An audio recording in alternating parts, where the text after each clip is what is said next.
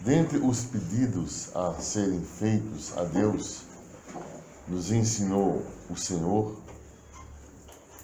e não nos deixes cair em tentação, mas livra-nos do mal.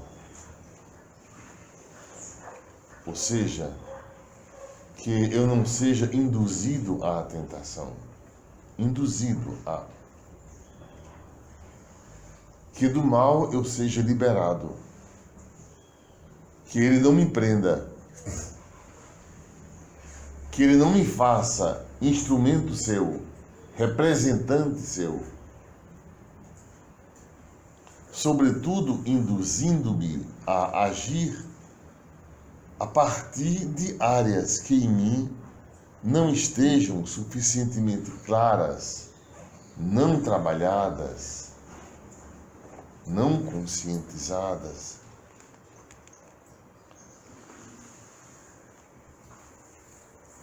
A ação do mal é uma realidade. E essa ação incide sobre a natureza humana,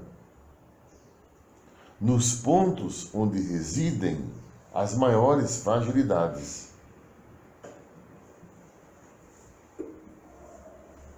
E com a finalidade de afastar-te do campo da área do sagrado, de trazer-te para um lado que se opõe à razão pela qual foste criado.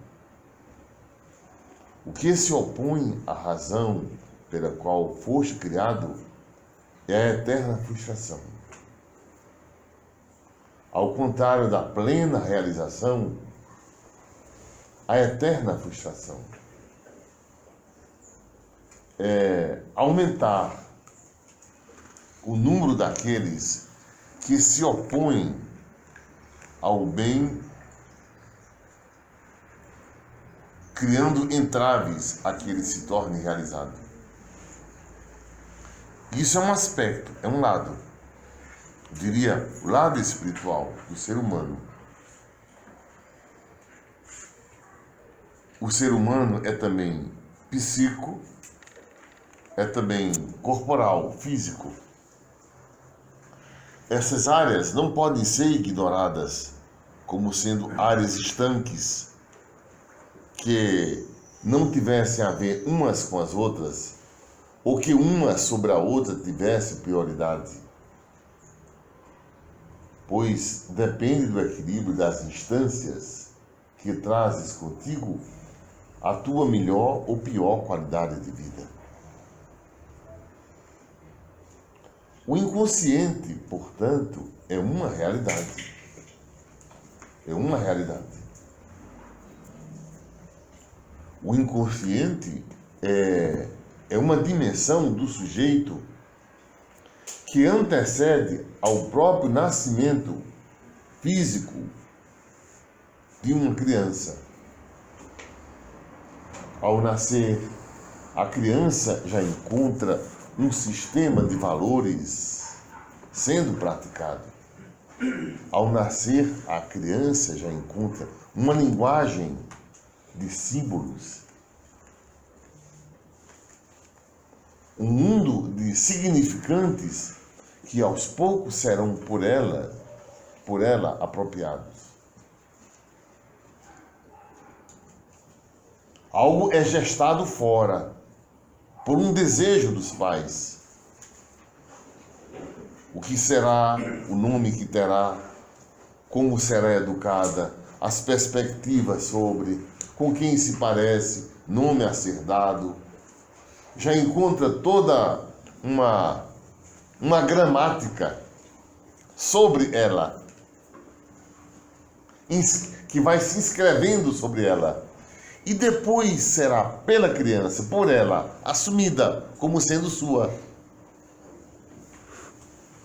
Ela apropria-se desses elementos, de todo esse sistema de desejo, de linguagem, e acreditando ser seu, o que antes foi primeiramente do outro, ela desconhece ou não se reconhece em várias vezes, para não dizer muitas vezes, em atos, em desejos, pensamentos, fantasias que a tomam de todos os lados. Essa é a ação do inconsciente. E que precisa ser falado, isso há de ser falado, pois entrando no sistema de linguagem, pode-se dizer desses elementos que, estando desconhecidos, provocam na pessoa um certo mal-estar ou um certo prazer também.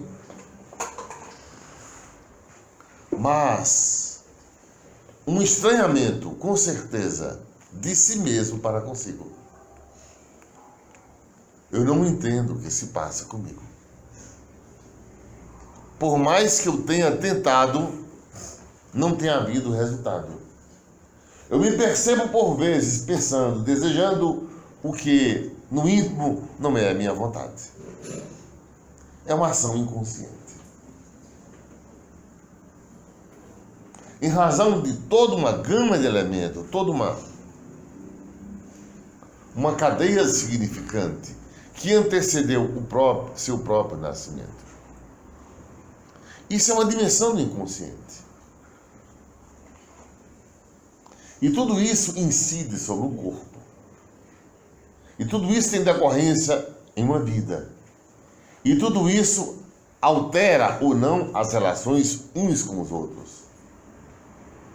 Então, quer na tua relação com o eterno, com o divino, quer na tua relação contigo, quer nos teus vínculos ou desvínculos, vinculações ou desvinculações, quebras, continuidades, prosseguimentos, alterações nas relações, isso passa tanto pela pertença tua à dimensão espiritual, quanto à ação do inconsciente. E para isso é preciso entrar em discernimento, a fim de que percebas o que a ti pertence ou o que está em ti como uma ação que vem de outra parte, ou que teve origem em outra parte. Louvado seja nosso Senhor Jesus Cristo.